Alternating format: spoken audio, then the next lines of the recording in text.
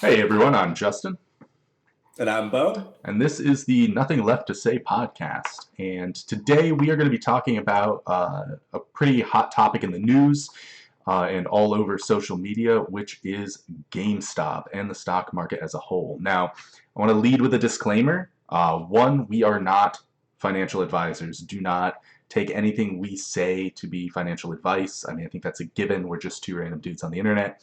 But also, two, we may wind up quoting things that were said on certain forums that I'm sure some of you are familiar with, and there may be more strong language in this particular podcast than normal. So if that is the kind of thing that offends you, we do apologize ahead of time, but you may want to sit this one out. And instead of the normal call to action with you guys, like, share, and subscribe. I think it's really important to keep this topic trending, keep it in the popular discussion in the main media and all that. So, please share, discuss with your friends, post on Twitter. Let's keep this going. The longer we keep talking about this issue, the longer we can avoid it just getting swept under the rug and no real change happening. Absolutely. So I guess we should start with some background just in case you've been living under a rock for the past couple of weeks. But effectively, what's going on is GameStop on the stock market. The stock was incredibly shorted to the tune of something around 140%. Numbers vary by source, but more shares, the general premise is more shares of the stock than were available for trade were shorted, which is completely insane. How? To my understanding, people were either shorting shares without actually borrowing them first, or they were borrowing the shares they had already shorted and shorting them again. I'm not exactly sure. Again, I'm not a financial expert, but I don't know how the math on that works out, but you just have to trust that that's what was happening. In essence, I just think about it like Johnny has 8 apples, and Johnny wants to sell you 10 apples. Right. How many apples do you buy? So 14. Yeah, so he borrows 2 apples from you and then sells you all 10 of them. I don't know. It doesn't make a lot of sense, but where he sells you 8, borrows 2 of them, and sells those 2 as well, and then claims you have 10 of them. I'm not sure. Anyway, the point is it happened, and in essence, that coupled with a number of bad earnings reports and a poor transition into the digital age, all of this combined to drive the GameStop stock down to something around the tune of $4 or $5. Exact numbers aren't too relevant. However, some people, specifically the one who's getting the most press, was a user on the subreddit WallStreetBets, a user by the name of Deep Fucking Value, noticed how overshorted it was, began talking about it, took a somewhere like $40,000 stake in the company, or not $40,000 taking $40,000 worth of shares and call options, which I'm not going to go into the details of the difference there, but needless to say, he was long the company by a healthy amount of money, and claimed that he believed it could take off, and it did see some bumps over the following year, bumps up in price, went from $4 to $8, kind of hung out there for a while, and eventually bumped up to around $12 to $15. And around this time, the news about it started to gain a lot more traction, and it was still pretty tightly kept within this forum. But a lot of people started to jump on board with it, and it started to gain more and more traction until it spiked to around $60 to $70 one day, and then suddenly became like anything you could see on the news was about this. And a bunch more people jumped in. I mean, if you haven't seen anything about it now, then you're not looking at the internet. And it's up in the around 300 to 315 range, somewhere like that today. Over the weekend. And this creates a huge problem for the hedge funds that shorted this stock. They effectively said they believe the stock would go towards zero, and it is going in the opposite direction. And unlike going long in a position, if you go long on a stock, the most you have to lose is the amount you put into the shares. When you go short a stock, the most you have to lose is technically infinite. I do say technically because it's very unlikely that a price will ever approach infinity, but it is theoretically possible. Yeah. Um, There's no upper ceiling to the amount of money you can exactly. Now the reason this is such a big deal, and the reason we're talking about it, is not because a bunch of people found a way to make a bunch of money off of some hedge funds taking a risky position and getting called on it effectively. The reason we're talking about it is more related to the shady practices that have been surrounding it, and how they're not okay. Yeah. How they're not okay. No, and like the horrible thing is that like I think the more we looked into this and the more we thought about it, like the more I've learned about it, it's like stuff like this has been going on for quite some time. It's just like for whatever, like, you know, the perfect storm that was GameStop that got it, you know, with Wall Street Bets getting in and the internet picking it up and internet meme culture and that whole world. Like now people are actually like really looking at it. I mean, like AOC did a stream on it the other day and talked to a bunch of financial experts. I mean, like everybody that I know is talking about like not just that, like, oh man, GameStop made a ton of money, but the shady stuff that has surrounded it and the problems. I mean, like, you know, like I knew of Robinhood. I got a Robinhood app one day because I saw a promo online. It was, you know, sign up now and get one free stock, and I've got, you know, like a 25-cent stake in some penny stock somewhere. But like I didn't know what Robinhood was, other than like, it's a trading firm. But like this has made me learn that like the way that Robinhood makes money, who's actually behind the company, how they've influenced this whole mess. Yeah, it's absolutely insane, right? So brief aside about Robinhood, they are not an actual like standard broker. They're kind of like an extra step middleman. They take order data from people and sell it to another company, who then processes the orders. So it creates this whole conflict of interest scenario. Robinhood's gotten in trouble for it in the past. I mean, if you want to know more about this, we can definitely go more into the topic another time. We're not here to really like delve too deep into that. But speaking about this, like going back through history, I mean, 2008, right? 2008, a very similar situation happened with what eventually spawned the Occupy Wall Street movement. If you want to talk a little bit about that, though. Yeah, no, I mean, the Occupy, the big housing market short, you know, a bunch of subprime mortgages that went out, a bunch of bets on the housing market, the whole thing went sideways. I'm sure it's pretty recent, you know, everyone, not to get tied, you know, bogged down in the details, but a lot of people lost a lot of money.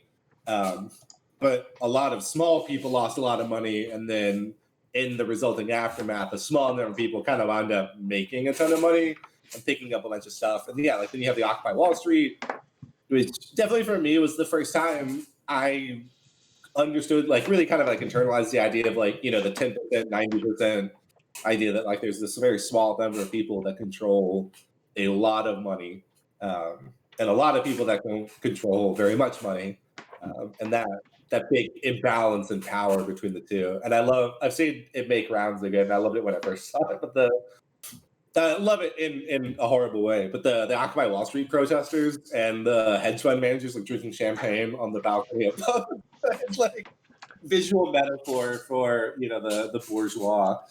Yeah, no, it absolutely screams to the callousness and lack of care that some people have and I don't want to like paint everyone in that image necessarily just because they're rich, right? But it certainly does paint a very telling light on the you know, the whole picture. And just like this isn't a couple of companies losing a bunch of money and then a couple of smart people making a bunch of money from that company. It is a large number of middle class and lower class people who had life savings tied up in these companies, oftentimes not even necessarily by choice. It could be through their 401ks, it could be through their IRAs, where a lot of that stuff was managed for them. And they had money tied up in this, and that money just got siphoned off in a big way into bigger companies. And I still wouldn't have a problem with that if it was simply they placed one side of the bet and these funds placed the other side of the bet. Where it becomes a problem is when the people who have massive amounts of money are able to manipulate the overall image and appearance, and not just the image and appearance, but they're able to manipulate the automatic. There's automatic trading and automatic triggers that can happen. It's called a short attack. And there's articles written about it all over the place. I know Seeking Alpha did an article about it back in like 2014. But effectively, a short attack is where somebody with a large, it's the opposite of a pump and dump. Somebody with a large short position does everything they can to make a stock or a company seem like it is going to go out of business. And there's a fine line that can be walked that keeps it legal, but that fine line is it's a very, very gray area. And it's everything from public media attacks to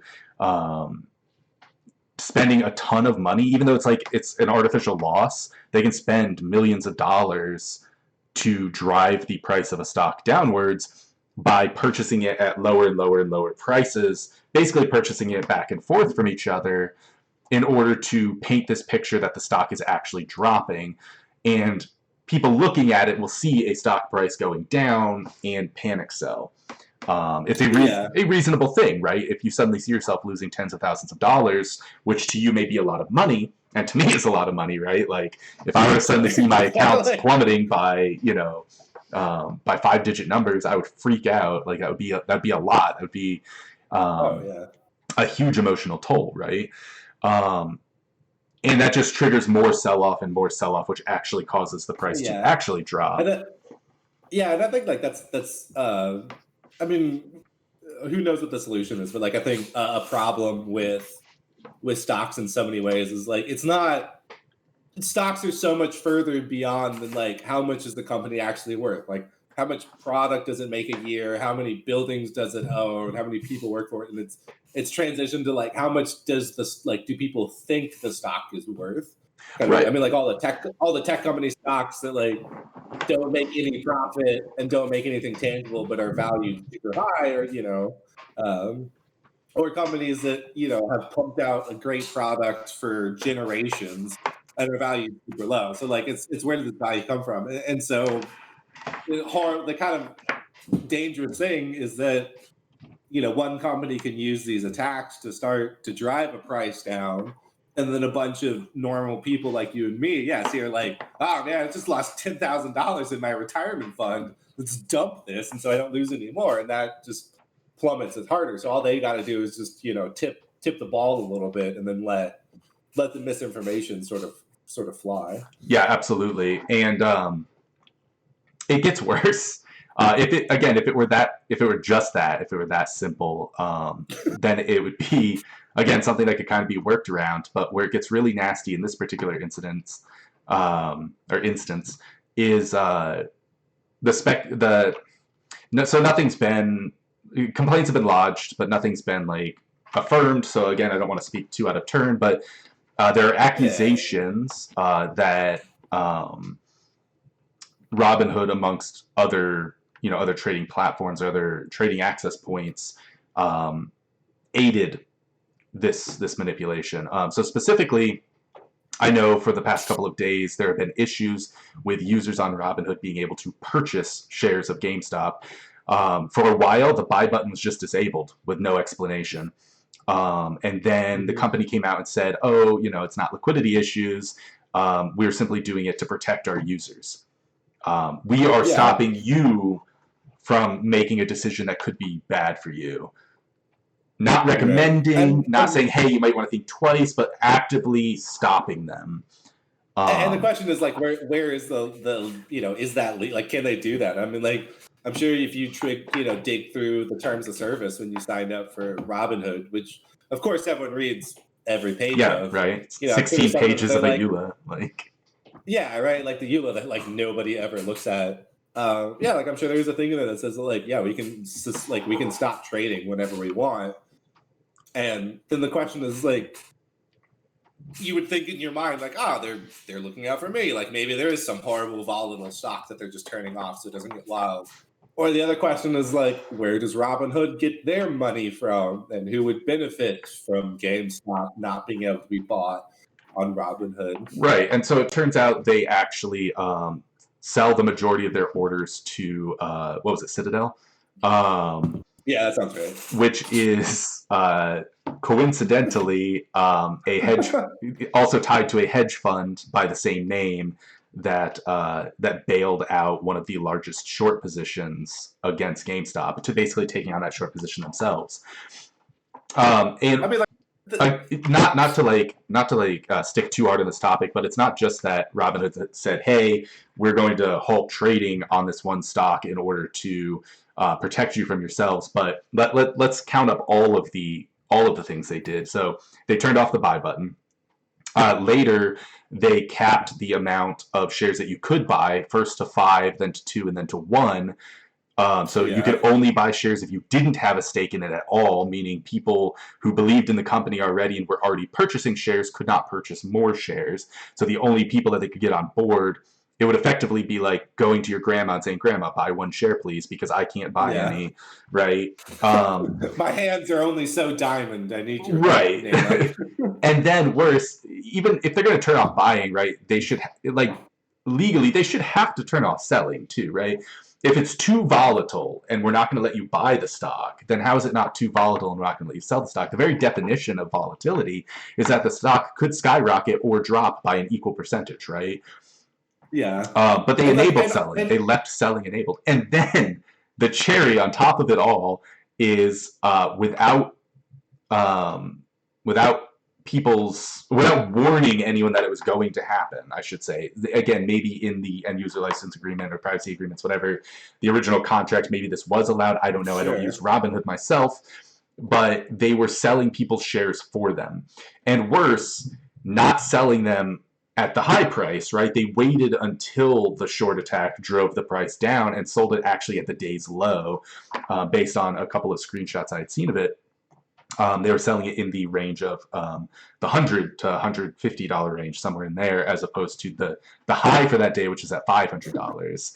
Yeah, and I think even like all this discussion that we're having of like, oh, I'm sure in the terms of service in the U law, it said this thing, but like that's not. I think that's not the point. Like this is some shady stuff that needs to be fixed. So who cares if it's technically allowed in the contract that you signed with them? Like, why does this, how they get away with this and why are we allowing it? No, I 100% agree. I don't want to seem like I'm defending them. I'm simply trying to cover the excuses they have given.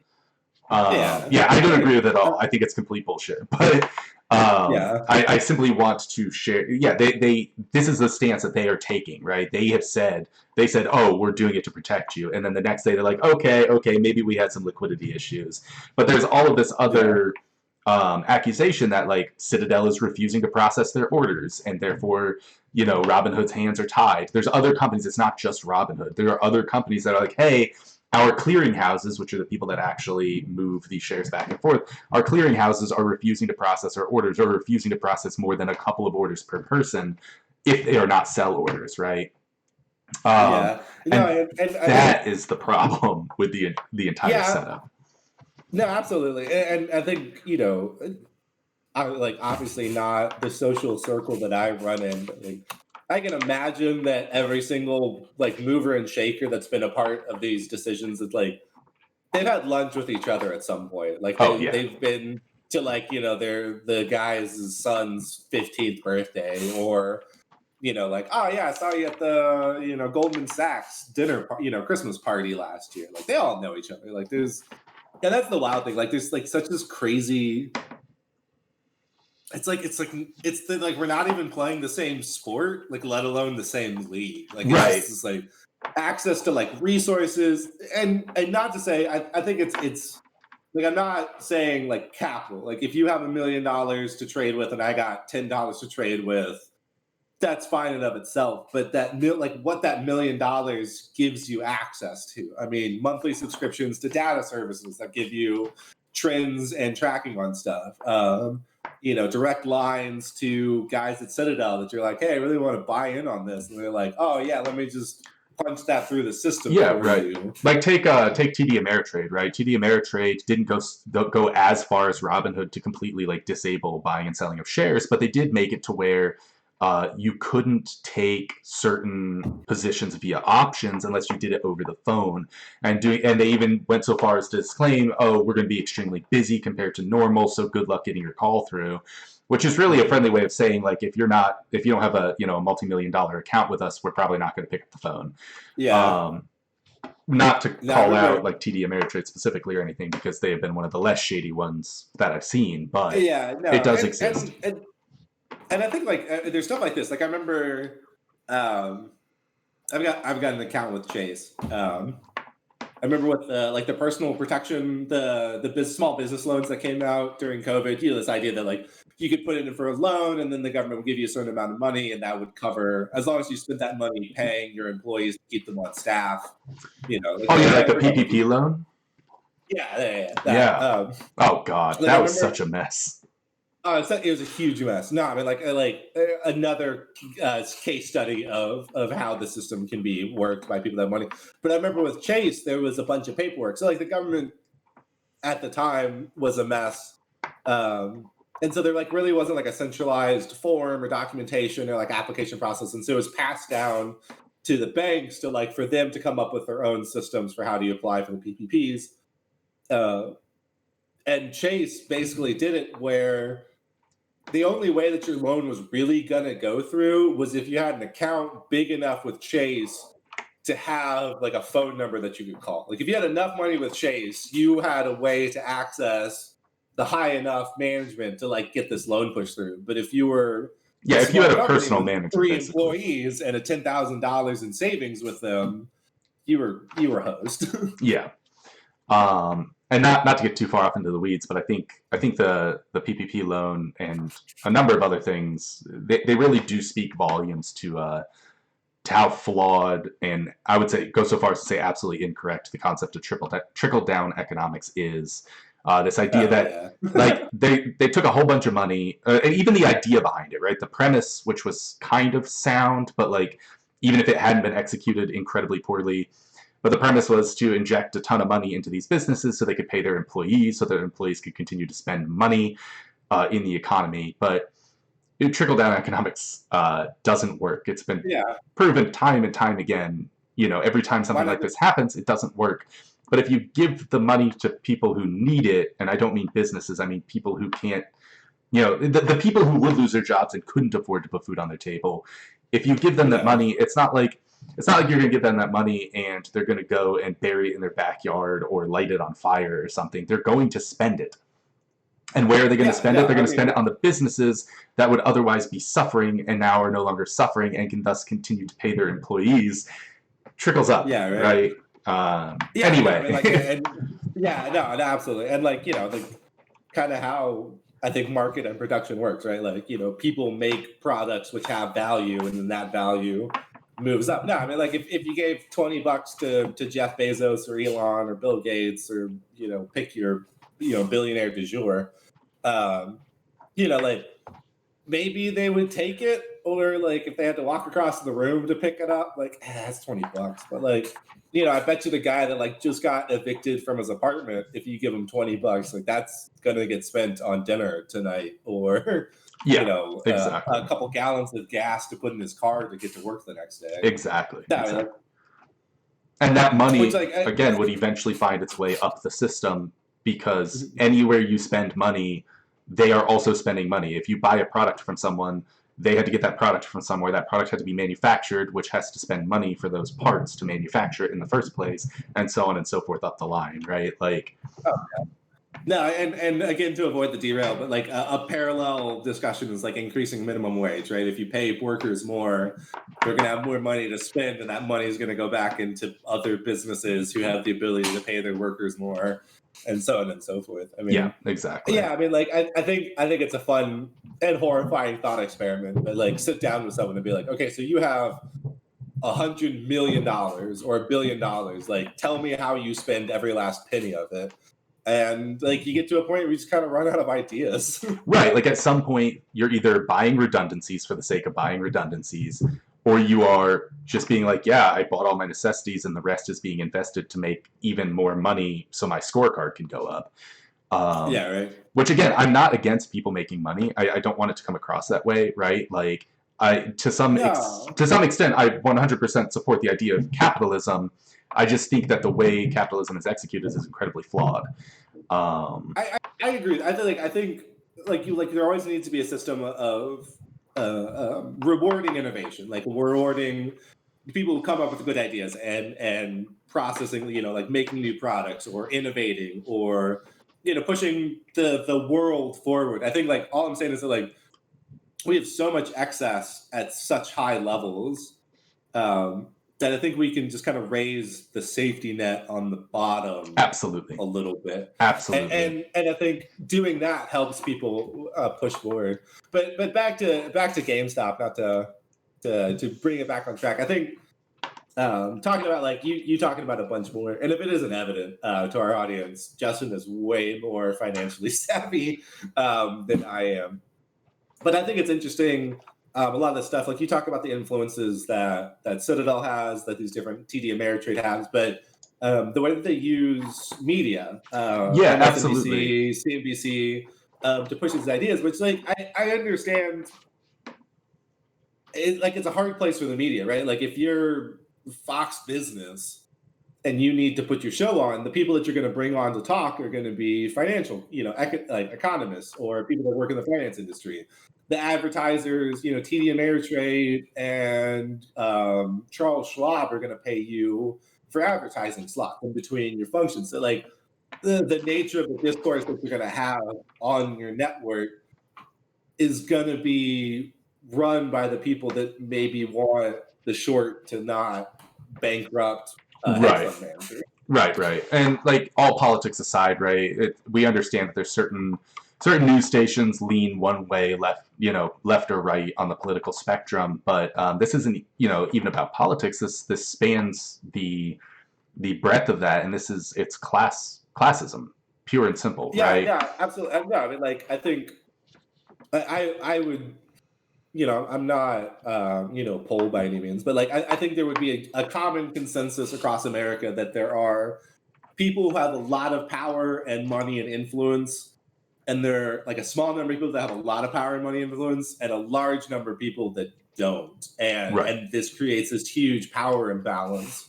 Which is it's actually kind of a beautiful thing when you look at this GameStop scenario, in that you take a bunch of those people who don't have a ton of money or power or influence, but they're actually banding together, which is kind of like the whole idea behind, I guess the quote unquote American dream or whatever. The idea that the people can all come together and actually fight back against something that they find oppressive. But it can only happen if those avenues are left open for that to happen. And I think the media is such a linchpin in that entire system. And there's a ton of news out there, right? There's infinite news out there, and only so much of it can be shown at a time. Mm-hmm. And actually, I'll let you take this one if you want to talk a little bit about how these, who gets to pick what stories are shared and so forth. No, I mean, definitely. There's media is kind of wild. We should put the links down in the description below to link to these channels. But yes, I've definitely seen some really great video essays, and the name of the channel, like I said, it'll be in the link description down below. We'll put it in there. But him talking about why do certain stories get on the news? Like, why do we talk about certain things? And the example he brought up was like protests in Belarus. Like he's talking about there's like these huge protests in Belarus against the very pro-Russia government that was in place. And he asked the question of like, why do we see this protest instead of protests where else? Because there's a ton, there's always protests going on somewhere. Like, why is this in discussion? And it really boils down to the protests are against a pro-Russian government, and America, from the Cold War ever since, we're kind of anti-Russia. So we want to support protesters that are against our national enemies.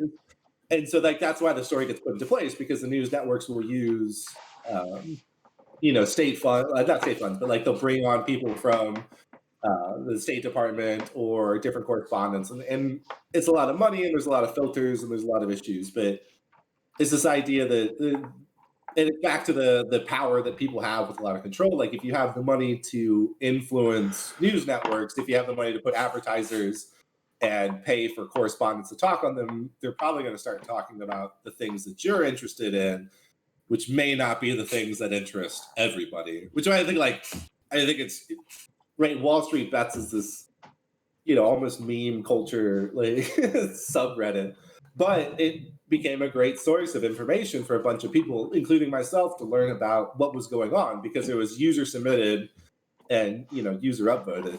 I would actually like to So, take this moment real quick. Speaking of that, huge shout out, by the way, to the mods at WSB for filtering out a lot of the. There's a lot of invasive activity going back to the short attack, right? One key bullet in the arsenal, if you will, or key weapon in the arsenal of the short attack is attacking alternative media, right? Going in there with fake information. There's still a lot of it going on in terms of like distraction methods, but those are harder to weed out. But people going in there with just straight up false information defending these larger media sources, the mods have been really good about keeping a lot of that stuff out. So huge shout out to those guys for that.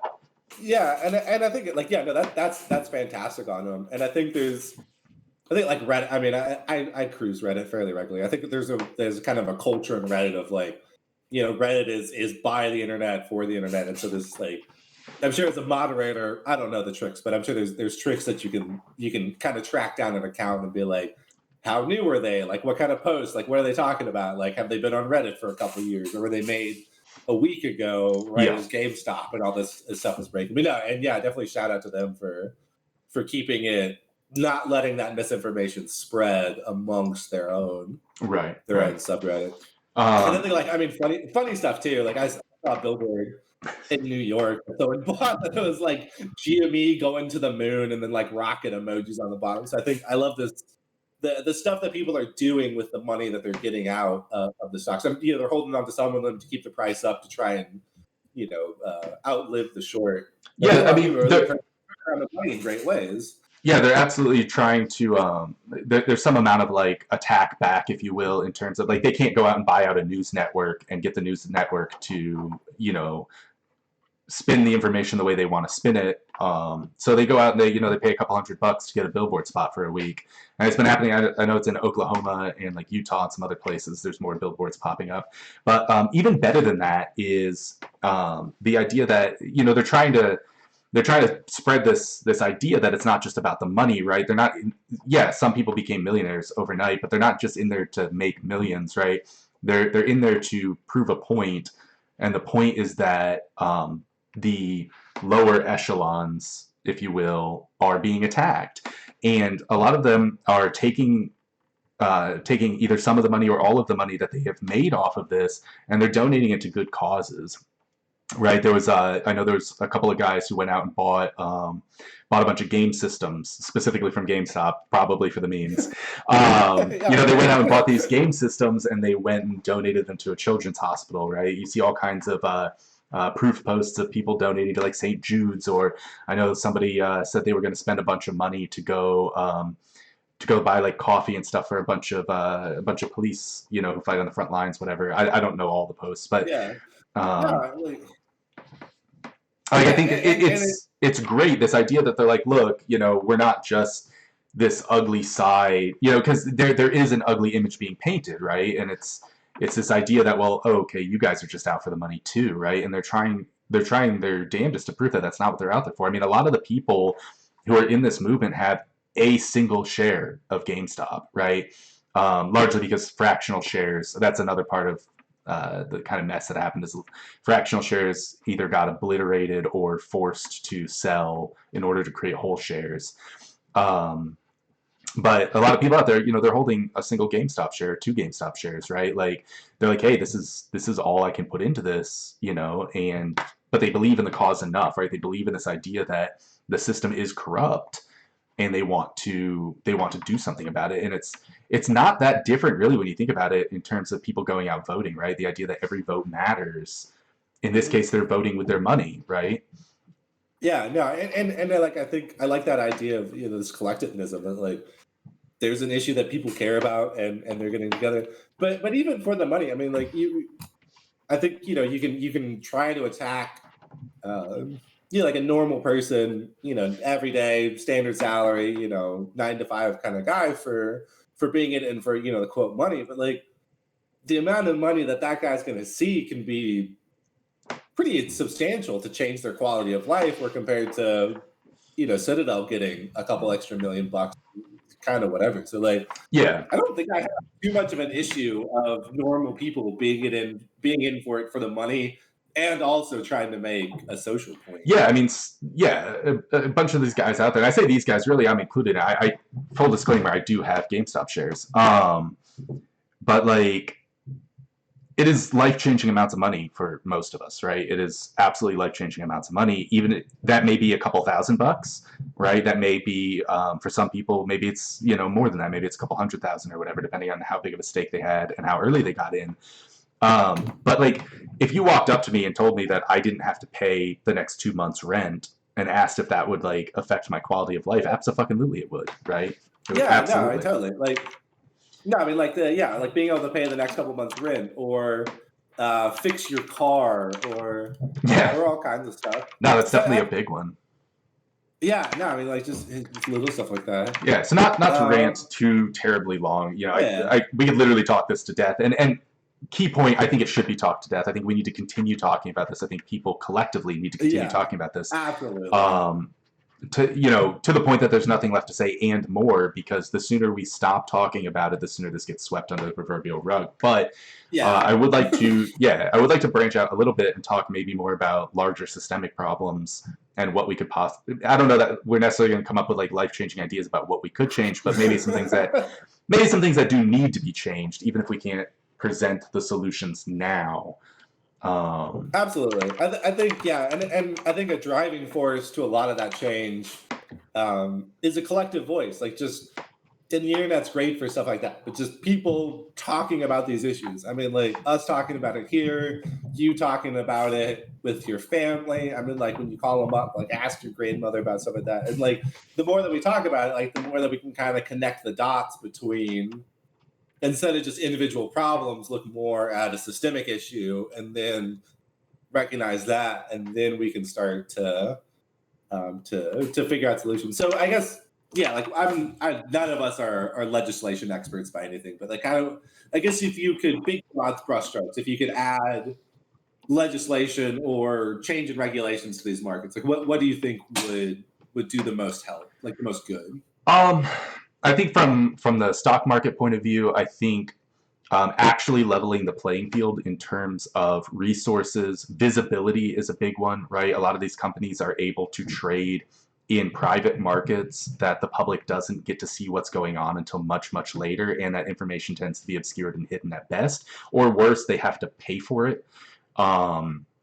Which I mean, I understand the idea behind paying for services, but when we're talking about a level playing field, again, hedge funds that have, billions of dollars at their disposal, the idea behind having, a couple $1,000s worth of subscription fees a month is nothing, to get this information. But like an average person who does not trade for a living but wants to know the most information they can know in order to make the best decision they can make for their retirement, right? Most people who invest are investing for their retirement down the line.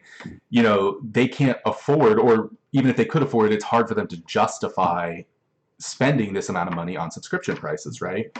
So I think just like more transparency in these kinds of trades, right? Like I know people who qualify as insiders, and I know like politicians and things, they have to make filings with the SEC whenever they make trades, but that kind of information isn't usually available until like a month later or up to a month later. But really the big one for me is just like the deep pool trading, which again, I understand needs to happen. You can do the research, and look into what deep pools are. They do exist for a reason, and they need to exist for a reason.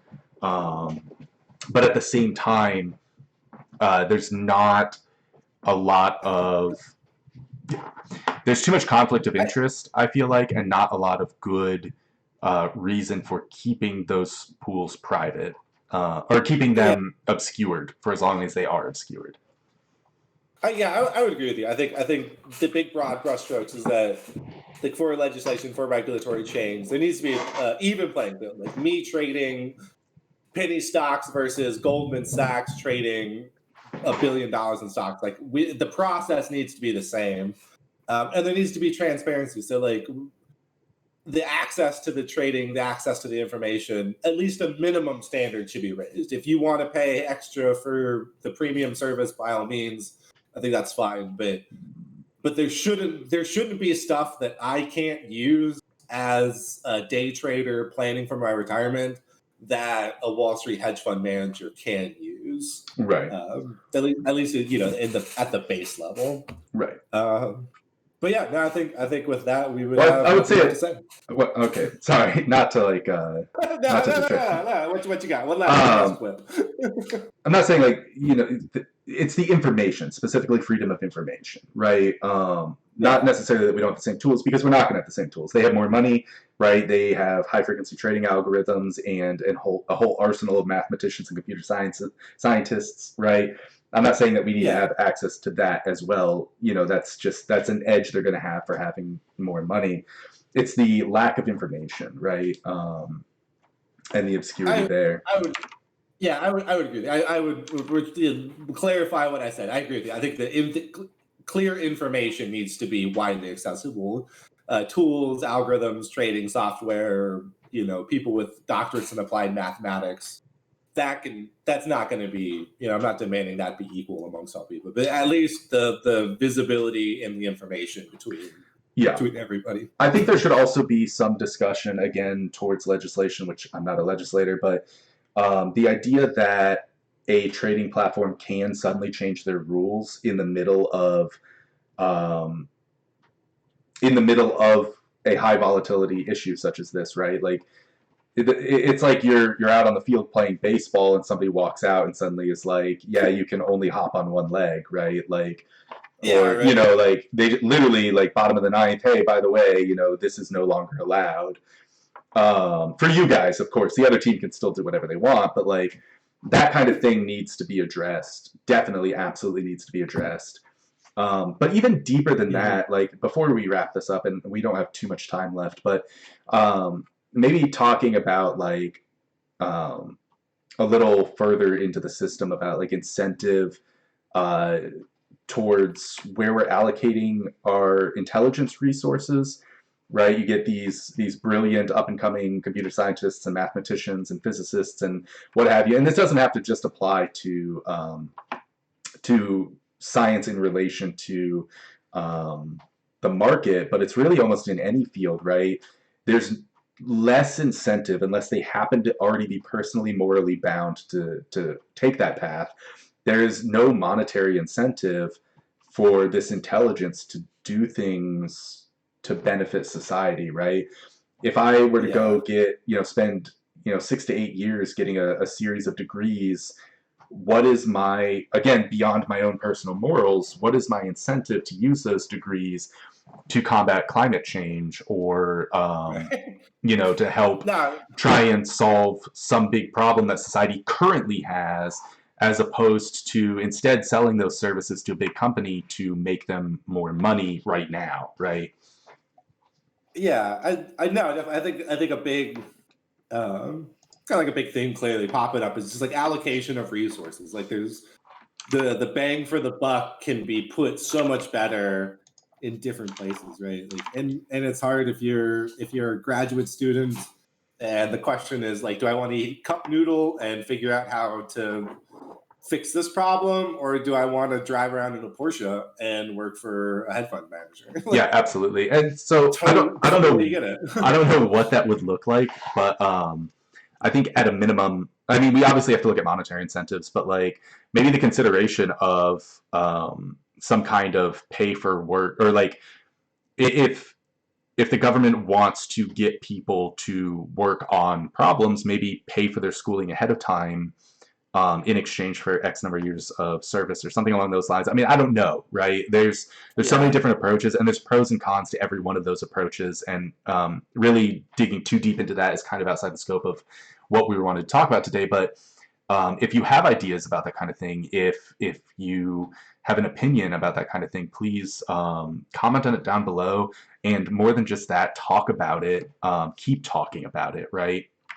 Yeah, definitely. This Yeah. this issue with GameStop and with the stock market can't end here, or it can't, like, the discussion about it can't end here, right? It needs to be perpetuated until some steps are taken to do something about it, right? I really, really am not looking forward to, 10 years down the line seeing pictures from 2021 of a bunch of people on Wall Street sipping champagne, looking down on, Wall Right. Street bets and being like, well, we beat them, boys. Like, Yeah, and we then to threw see it. it again in 10 years and 15 years Right. and, you know, It's 2021. just No, definitely. history repeating Uh, itself. And the only I would, way we can do anything about that is to use our collective voice, and talk about it.